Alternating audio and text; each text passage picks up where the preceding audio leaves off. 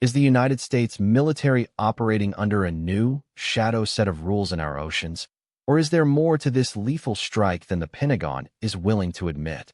We are looking at a situation where a routine intercept turned into a double homicide in the Eastern Pacific, and the government is keeping its cards very close to the vest. Before we continue, if you want to stay on top of everything happening in U.S. politics, hit that subscribe button right now and leave a like. It really helps this channel grow and ensures you get the updates that the mainstream media might gloss over.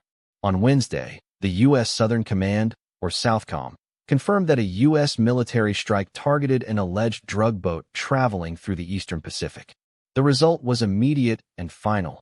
2 individuals are dead.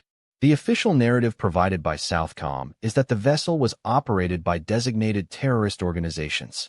That is a heavy, loaded term in the world of national security.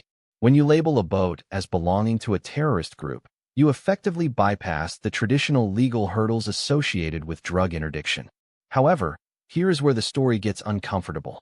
SOUTHCOM did not specify which terrorist organization was supposedly behind the wheel, nor did they provide any tangible evidence such as photos, manifests, or intercepted communications to prove that this boat was actually transporting narcotics. The statement released by the military claims that intelligence confirmed the nature of the threat, but in the world of modern geopolitics, intelligence confirmed is often used as a catch-all phrase to silence dissent and avoid public scrutiny. We are talking about a strike in international waters, involving the loss of life, yet we are being asked to take the government's word for it entirely on faith. Now, let's break down what this actually means. If the U.S. is now using lethal force against vessels based on undisclosed terrorist designations, without requiring proof of immediate criminal intent, we are looking at a massive expansion of military authority. This shifts the mission of the Navy and the Coast Guard from law enforcement, which requires due process, arrests, and trials, to a preemptive, kinetic military operation. Who is to say what constitutes a terrorist boat tomorrow? Is it a group of smugglers? A local fishing vessel caught in the wrong place? Or perhaps a political entity that the current administration views as a nuisance? The lack of evidence provided by SOUTHCOM is the most concerning part of this entire ordeal. In previous years, maritime seizures of drug vessels were documented with high-definition footage, mountains of evidence, and clear-cut legal proceedings. Today, we are seeing a trend towards secrecy. By failing to provide specifics, the military is essentially insulating itself from accountability. If they don't have to prove the boat was carrying drugs, they don't have to prove the strike was justified. And if they don't have to prove it was justified, then they have effectively been granted a blank check to use force anywhere in the Pacific. This sets a dangerous precedent.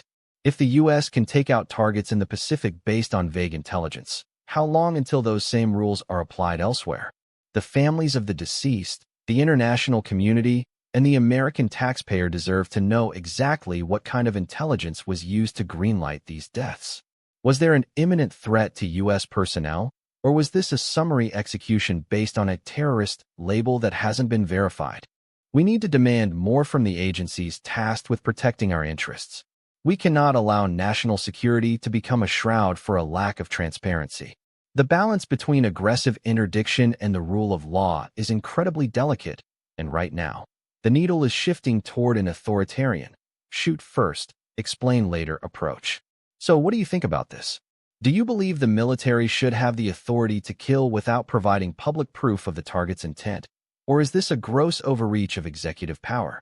Drop your opinion in the comments below. I read every single one. And I want to know if you feel safer or more concerned with these kinds of operations taking place. The silence from the Pentagon is deafening, and until we get the full story, we have to remain skeptical. Stay vigilant, stay informed, and we will keep digging until the truth comes to light. Thank you for watching, and I will see you in the next report.